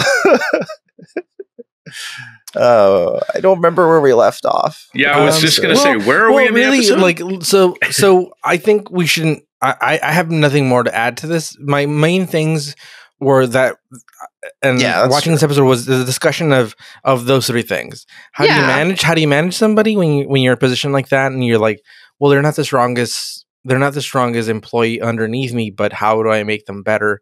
How do I make myself better by making them better? Oh, I know what we should talk about. We should talk about Picard's. Yeah, I was about to mention slip up. Picard's really the slip up, but also his to me, Picard is a good manager. I think he demonstrates why he's the captain. Yeah, because he knew how to actually deal with this. Yeah, because Geordi and Riker were like, let's fucking cut him loose. Let's get rid of him. Yeah, Riker was being the most childish about it. Riker was being like, well, let's get the fuck out of here. I've got his transfer request right now. And then Picard's like, come on, you guys are taking the easy route out. Yeah. And like, you shouldn't, I agree with Picard, and it just solidifies why I think Picard is a really good manager, is a really good boss, is a really good captain. Like because he killed his best friend to be with his wife. So far, I don't know. I mean, so far, maybe in the series, there's something Scott of the head that will make me not like Picard as much. But right now, I really like him. I really agree with him. I feel like I see him in me. Maybe if I could be in an hour in some guy's body, I'd choose Picard. Because I feel like we're aligned in like the way we would handle things. I think many fans of TNG aspire to be able to handle tough situations as well as Picard typically does. Well, you just mentioned fans. So did anyone think Barclay was supposed to be a manifestation of the fans' attitudes towards Star Trek? What do you mean? That didn't come to mind as I watched it, but if you put that in my brain, I could kind of see it. Because apparently, this apparently was like a thing that fans thought, and they were at the time, apparently. Were they offended? And they were like, what the fuck? We're not that. And then apparently all the writers and the producers had to come in and be like, no. It's nothing to do with that. That sounds like them being really self-conscious about how much they've kept on wanting a holodeck to be real. Yeah, I'm not sure I would make that. That felt like a bit of a jump to me. Yeah. One of the other reasons, and I think I mentioned this on the first podcast, because I think an email came in where somebody asked about some of the things that people were, that we're looking forward to as far as what's coming up in Star Trek that you don't know about. And I think one of the things I said was I'm looking forward to this new character being introduced, because he's sort of the eyes of the audience, because he's not one of these strong command kind of characters. He's not a version of the audience, and I think that's where I would draw the line, Marvin. Your question was, he's more of like an eyepiece of the audience, seeing this command structure and how somebody that's not in the command structure, that's uneasy, that's just a normal, because these are all heroic people that are being written and expressed in a way that are not perfect, but they handle all these situations. And you have this uneasy character. He's socially awkward. He doesn't have any friends. There's this stigma of Star Trek fans don't have friends. They're just nerds. They're just sitting there watching sci-fi and TV, and they just see these people as these great characters that they can't relate to, and so they force them into this bubble that they can relate to. And I see that a little bit, but I see him more as just as an eye to the audience. And because he does become immediately relatable. Once one of the characters, Geordi, he says, "Oh, that's a good job," and he immediately comes out of his shell. Yeah. And he immediately starts being like, "No, this is how we can resolve this. Wait, but what if we did this?" Like he immediately he sort of unravels in the opposite direction, where he becomes stronger with a little bit of encouragement and all that kind of thing. And I see that in an audience sense of, with the next generation, it's like, just be with us. This isn't the original series. We're going to take you on this. We're going to pick you up, and we're going to encourage you that these are stories that you can relate to. And they sort of grow into this audience that can accept this new show, whereas Reg can grow into this person that can accept these people as equals rather than unable to relate to them. Yeah. Might be overreaching there with that. No, I don't think you're at all. I think he's the first character you see in TNG who is like, I can see this person in real life. Whereas, like, I don't think you would ever see like a Riker or a Picard existing in our reality. No, and they're super rare. I mean, and if they do exist, like a leader or a boss or a person like Picard is very rare. And like, I think before, and they probably have some scandal that we'll figure out in about 15 years. Yeah. Yeah, exactly. And like before Barclay entered, I think the most relatable character in the show, or like the character you thought could exist the most in the show in reality, was probably Geordi, because Geordi seemed like the most like, oh, I'm just trying to do my job. I have some weird hangups, but I'm just doing the job. Yeah, sort of thing. Well, he's got a handicap. Yeah, he has a handicap, and but he takes it in stride and he does what he needs to do, and he's just doing his job. And I don't think it's a coincidence that's also the first time someone seemed to go too far with the holodeck also seemed to be Geordi. I think it's sort of it's just something that I think you're totally correct in that it's a relatable character because he seems more written in our reality versus a bunch of like broad-chested heroes who are kind of just Wait, except are we going to talk about the end yet? Oh, I was just about to bring it up, is that I do really like Dwight Schultz's performance, and I think he has the ending's really great when he's like talking to his holograms and he's quivering. I wish it would have been. I wish it would have been just a little more of a misdirect. Like, Captain, do you mind if I talk to everyone before? Instead it was of too him just obvious. like walking the moment there. he went to the front, it was too obvious. Yeah, it was like, oh, okay. Yeah.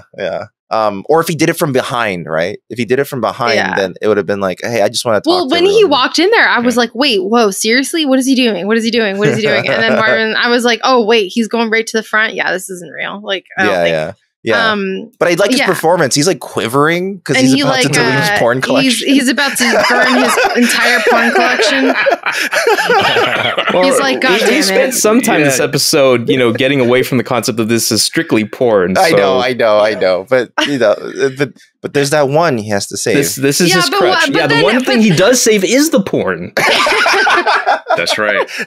He's like, you know what? I'm going to burn all this other stuff, but I'm going to keep this one. And that kind of makes you feel that it is more sexually driven, because when they added that line, like, oh, but not number 9 or whatever. Like, let's keep that one. That one makes me think that like there's like way crazy sexual. He worked way too hard getting that program just right, Sarah. He's like, I can't part with this one yet. That's when he spent a lot of time months. on. Yeah. To get that feeling down. That was funny. When he said that, I was laughing. I was like, oh my God, that was a really this funny guy, ending, he can't let it go. He's like, no, I got to keep the furry porn. Maybe that one he'll delete later, but right now, he can't wean off of it yet.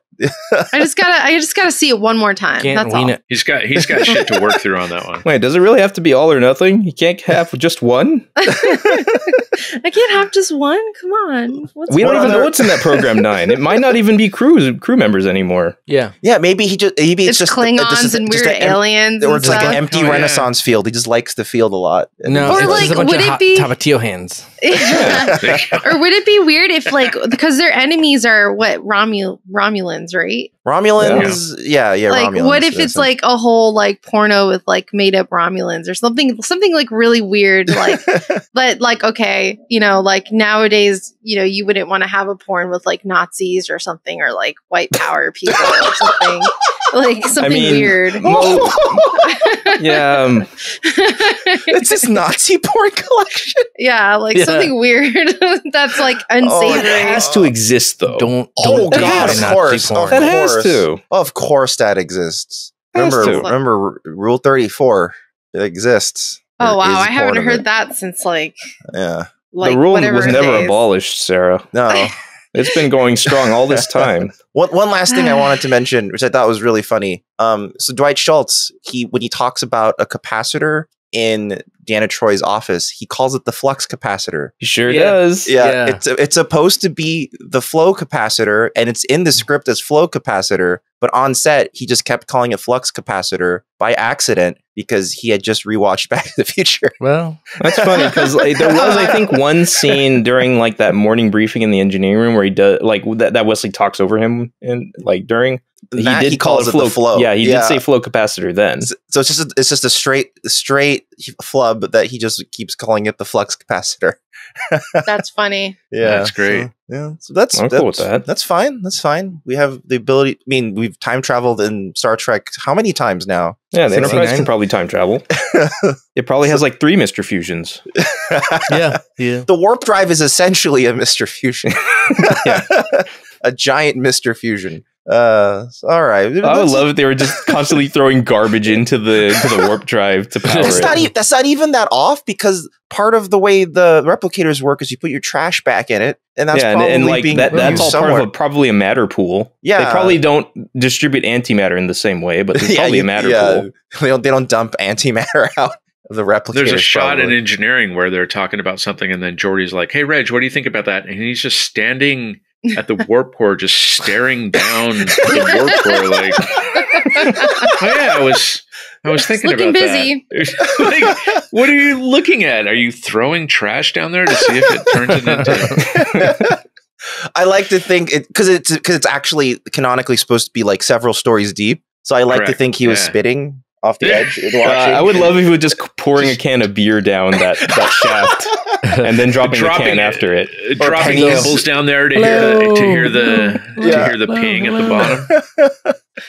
bottom. Hollow Pursuits, everyone. What a fun episode. It's one of the ones I was like, we're going to get to that soon. So we finally got to it. If you guys have liked our discussion of Hollow Pursuits, it'd be great if you could give us a rating or a review wherever you're listening to this. I mean, if you're on Spotify, you can give us a rating, which would be cool. But if you're on Apple Podcasts or Podcast Addict, if you can give us a review, that would be cool. Yeah, and if you're on Google, us a review. Yeah, and if you're on Google pressure, Podcasts, we're just going to tell you every episode. And if you're on Google Podcasts, you can't do anything because Google Podcasts sucks.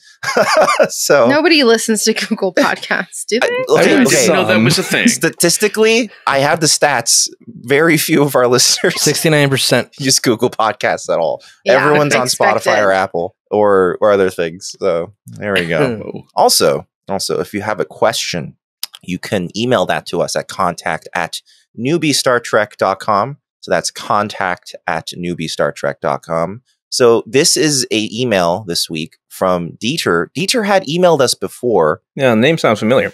And this is actually an older email than that. But the reason why I didn't bring it up is because he mentions a question specifically for this episode. We hadn't watched it yet. Okay. So that's why I'm mentioning it now. So, all right, Dieter from the past, lay it on us. Past Dieter. So, hello, Marvin, Dan, Ricardo, and Sarah. And also, I'll add Scott.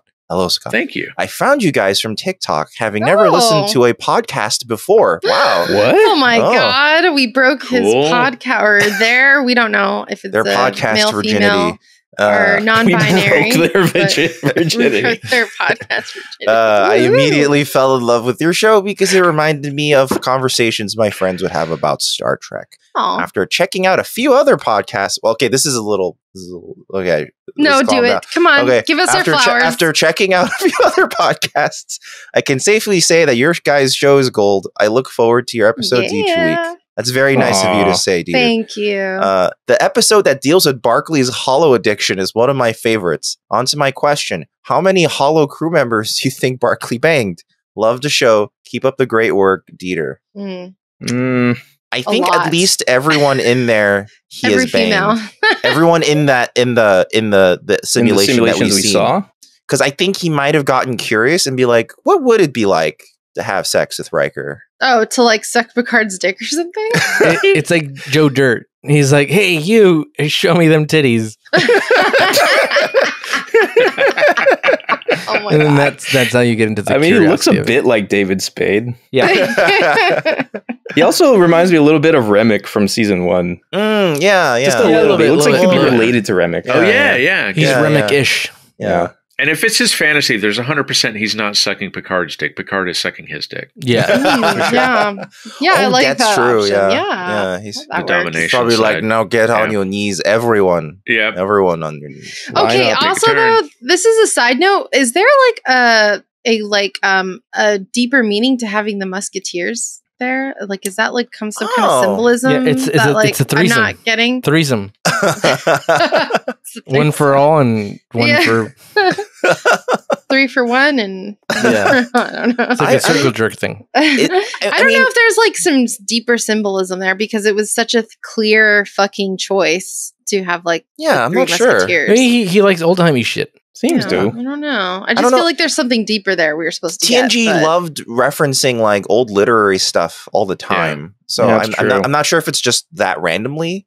Like they wanted to have a Sherlock episode just to have a Sherlock episode, right? There was no other reason. Yeah, they're weirdly stuck in the 20th century and like, the earlier parts of the 20th century at that. Yeah. So. Yeah. Well, I mean, back to the question. I mean, if there's no rules, he fucked everyone. Yeah. I mean, why not? Everyone. At least everyone. He works in engineering too, probably. Yeah. Like who's he probably banged Terry Hatcher. Yeah. For sure. Yeah. Oh my god. Yeah, because she's a transport officer. So yeah. And then, okay, that's a win. That girl that Geordi used to talk to, but she's no longer on the show. The girl with the 3 boobs in Total Recall. Right. Her. I forgot her name, but yeah. Sonia Gomez. Yeah, that's her name. Red Sonia. Yeah, that's right. Anson Gomez. Yeah, Sonia Gomez. And then you haven't gotten to the game, right? Oh no, we haven't gotten to the game. No. Okay, then we can't talk about. Oh, who's very fuckable in that episode.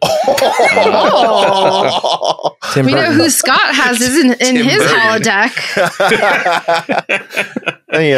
It's also funny. Sarah and I just had noticed last episode. The Tin Man, which is, as we all came to the conclusion, was a shit fest. It was really funny because they also definitely had a lower budget in that episode, especially for actors, because all of the extras they had for engineering, they were not talking. It was Geordi basically yelling out orders and everyone on screen just nodding because they couldn't pay them enough to have a line. Nobody respond. No one is responding. Yeah. No. Because that would mean they have to pay them beyond scale. Do what you got to do. That feels like a really weird strike. Yeah. But he's also fucked all those at those engineering if you people talk, who didn't you're a talk. scab.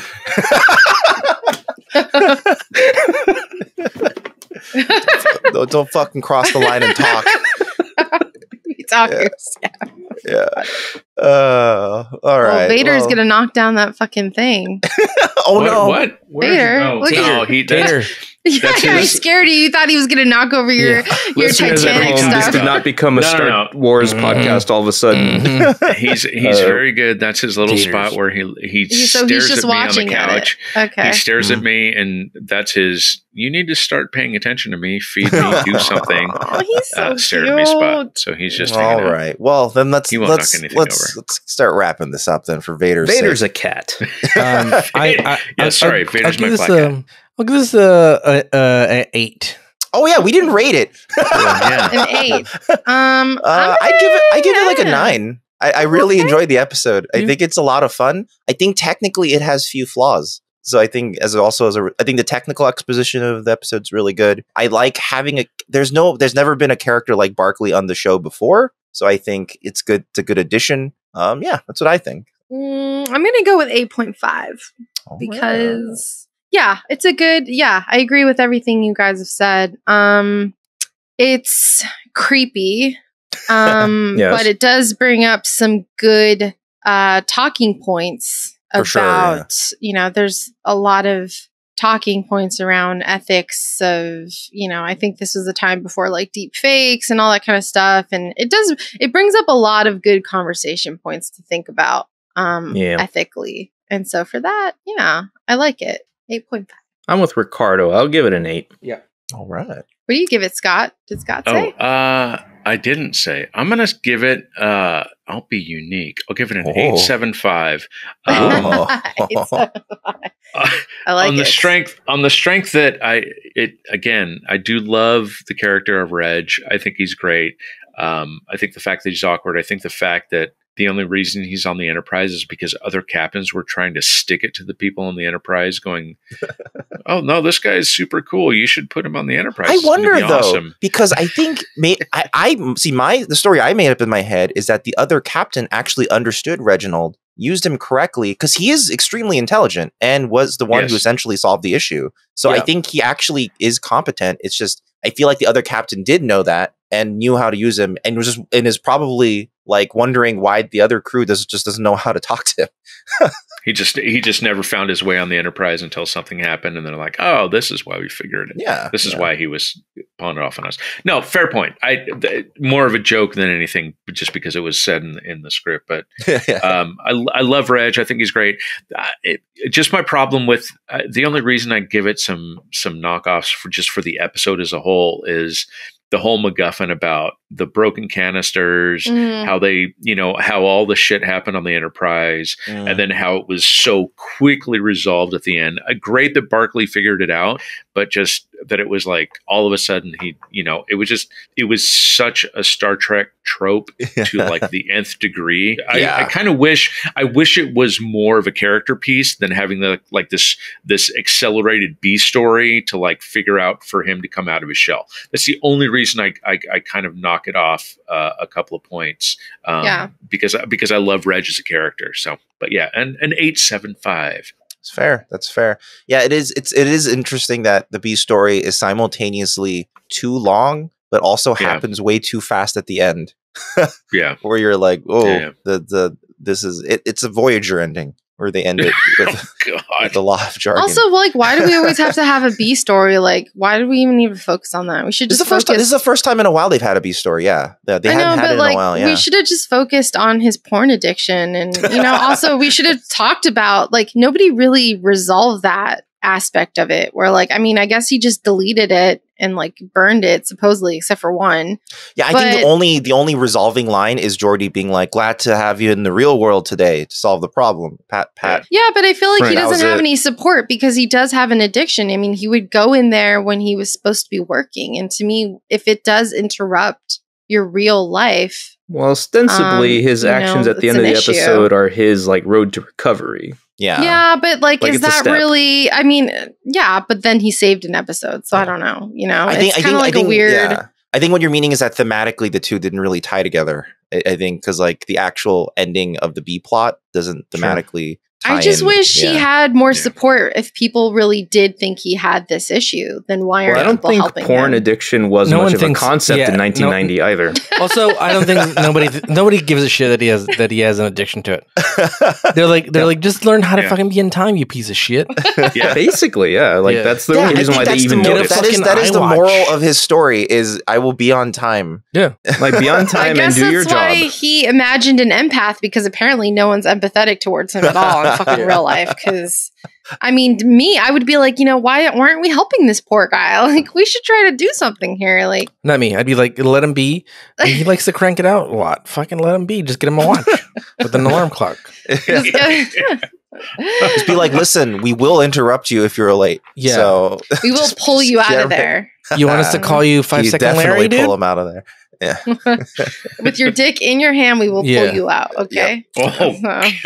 Yep. We will pull you back into this meeting. No, first we'll pull you out, then we're going to pull you out. Yeah. And we'll pull you off. Pull you out and off. Okay. Yeah. Yeah. Do we have any more? Do we have any more letters? We don't have any more letters. Like any the cards. fan mails? Well, did we get any more fan mail? We have them. We just have a queue going. So thank you, Dieter. Any more flowers? No, any more not people? this. Any more flowers that is weed? No. No. Did anybody send us weed? All right. Thank you for the email, Dieter. And also thank you for listening. Yeah. If you like other stuff we're doing, we have the Fugitive Frames Film Podcast. Jackie, what the fuck? Why didn't you email us this week? It's in the queue, I think. Leave Jackie alone. Leave Jackie alone. Just kidding. I know you're busy, Jackie. I know you have a life. Let Jackie on her shit list. So it's true. The last thing she sent us, we got on her shit list. And not only that, I realized that the week previous you called her letter berating us too long. Yeah, Marvin's rude. Marvin's totally rude. I get it. She has every right to be furious with us right now. Furious. And if anybody wants to send an email to ask me a specific question, we can address that on the next episode I'm on. Yeah. Just throw that out there. Yeah, you can do that for sure. Yeah, do it. Yeah, always send Scott Anyone's got a question email. for Scott? We are always taking questions for Scott. We'll put it in the queue. You know what? Definitely. No. And we'll answer it while Scott's not here. Yeah, we'll answer it. What would Scott have said? Answer for Scott. We think Scott would have. Scott would have called this person a piece of shit. Let's move on. Scott said this was a dumb question, and he refused to answer it. Scott would be answering right now, but he's muted, so we're going to answer for him. Aw. So the Fugitive Frames Film Podcast, we have that canon episode coming out. Yep, next week. We will or likely, sometime, and then we will likely be recording that Everything Everywhere All at Once thing sometime. Things are coming. Things are coming. Oh, have you seen it, Scott? Have you seen it? Yes, I saw. Oh my God. I saw Everything Everywhere All at Once at the City Walk IMAX. It was introduced by. Oh, why can't I think of her name? Was it Wesley Snipes? Because he's not in it. I think I'm drawing a blank because I'm in Star Wars, Star Trek world. Are you talking about Halloween? Michelle Yeoh? Nope. Michelle Pfeiffer? No. Michelle. Was it one of the characters in the movie? It's not a Michelle. It's Michelle? the other actress in the movie. Oh, Tim? Oh, the one who played her daughter. From Halloween. Jamie Lee Curtis. Oh, Jamie Lee Curtis. Jamie Lee Curtis, Scott. Oh my God. I know. That's I'm fun. sorry. Oh, that's so cool. Are you serious though? Well, that's it gets better. Awesome. It gets better. So it was a nationwide thing where they had like half a dozen like IMAX theaters that were doing like this nationwide. Cool. We're going to show the movie. God. So Jamie Lee Curtis came out, introduced the movie, and said, Kia Wai Kwan is going to be here. Finn Wolfhard is going to do a Q&A, and one of the producers is going to do that with her. Unfortunately, Michelle couldn't be here because she got COVID, so she couldn't make this Q&A. Movie ended. All right, great, everybody, we're here. Oh, by the way, Michelle doesn't have COVID. She's here right now, and so Michelle Yeoh was there. She came out and was like, she walked through the audience. The old line about COVID. I can't believe they pulled another Michelle from another reality who didn't have COVID. Send you I took some pictures. I'll send you guys some pictures on the chat and everything. God. It was a really cool. It was a really cool Q&A, and they talked about the movie was fucking incredible, and the Q&A was really cool. The Daniels always deliver. Yeah. Oh my God, I'm so jealous of your experience. Wow, that's incredible. That sounds so fun. Yeah, I'm so jelly. Cool. Yeah, that's awesome. I really enjoyed the movie a lot. Yeah, it was good. And I love that it's getting the attention that it's getting because it's such, it's an A24, like who would know about this movie, and people. Yeah, I feel like they should have honestly gotten similar attention for Swiss Army Man. It's just the distributor just didn't Swiss Army Man push it the same way an A24 would push it, right? So yeah, I feel like Swiss Army Man's a little harder to like get behind for general audiences, though. I guess so. But it's just such a fantastic movie. Also, I enjoyed this movie more for sure. I also enjoyed it more. But the premise of Swiss Army Man, I think, from a technical storytelling standpoint, is such an accomplishment that you're making a story about a man hanging out with a farting corpse, and you have the feels somehow. Like right, and most general audiences are not thinking about that. This one's way more accessible now because multiverses have been introduced to the general audiences. Everyone understands immediately. If you say multiverse, it's not going to immediately turn off half of the audience. What are you fucking talking about, dude? We've been introduced to the multiverse with goddamn Jason Statham, dude. Jason Statham multiverse, dude. We've had a long time to get used to it. Right, starting with the transporter, starting with Crank. So transporter's even before that, right? So everything links up to Crank retroactively. That's the main the fixed. Yeah, it's not Crank linear is Prime time. Statham. Prime Statham. Yeah, Crank is Prime Statham. Yeah. Okay. Excellent. He's always got to have static electricity. That's what he always has to have car batteries attached to his nipples in the Prime universe. Yeah. So that's a Fugitive Frames film podcast, I guess. I mean, Star Trek is in the Jason Statham multiverse because of Q. So it's all in there. Yeah, you've seen everything in there. Yeah, and also we have our YouTube channel, Fugitive Games. We haven't put a video up for a bit, but we will. I swear, it's not dead. It's not dead, but also there's a bunch of fun stuff up there already right now. I should mention something new that we didn't do. I think one thing that I think it would be fun is if, for example, let's mention a new thing every time. So this week, let's mention 12 minutes. So I think 12 minutes was a very interesting stream that we did. Where it was. We were very excited. And it got really interesting. And then stuff started happening. And then we were like, oh my God. And by the end, we got kind of mad. We got really mad. I got really mad. So so that's 12 minutes. So if you want to see that, that's at Fugitive Games. And all the stuff we just mentioned, you just go to fugitiveframes.com. Has links to all that shit. That's at fugitiveframes.com. So next week, we're going to watch The Most Toys. This is the dreaded episode that Dan was talking about. Boo! Primarily because it has the trope that Dan finds tiring. And honestly, since Dan pointed it out, I'm going mentally, yeah, he's kind of right. And it's not even necessarily like a Star Trek trope either. No, it's not just a like Star every time Trek I start seeing this sort of that sort of plot happen, I'm like, ugh. We know what's going to happen. It's a general sci-fi-ish trope. Okay. Someone's playing Mentally Challenged. Is that it? Not quite. That one role every year. I Am Sam trope. Or Fanatic, starring John Travolta. Yeah. Has anyone seen Fanatic? My God. No. Was that the Fred Durst movie? Yeah, it's a Fred Durst movie. Oh, that is the Fred Durst movie, isn't it? It's a fucking nightmare. Is it? That movie's a nightmare. Where it's like it's a combination of a student film with John Travolta going off the rails. That's the tone of the movie. How could that go wrong? And John Travolta basically goes, okay, I'm going to watch every fictional performance of someone who is mentally challenged and combine them all into one performance. Go. And it's John Travolta channeling that. So there's a lot going on in one movie. But yeah, that's good. Next week, we're not watching The Fanatic. We're watching The Most Toys. But until then, stay safe, everybody. And we'll see you guys next time. Goodbye. Later, everybody. Goodbye, Thank everybody. you, Scott. Thanks, Scott. Love you, Scott. You're welcome. Thank you, everybody. Buongiorno. Go start your holodeck programs. Yes.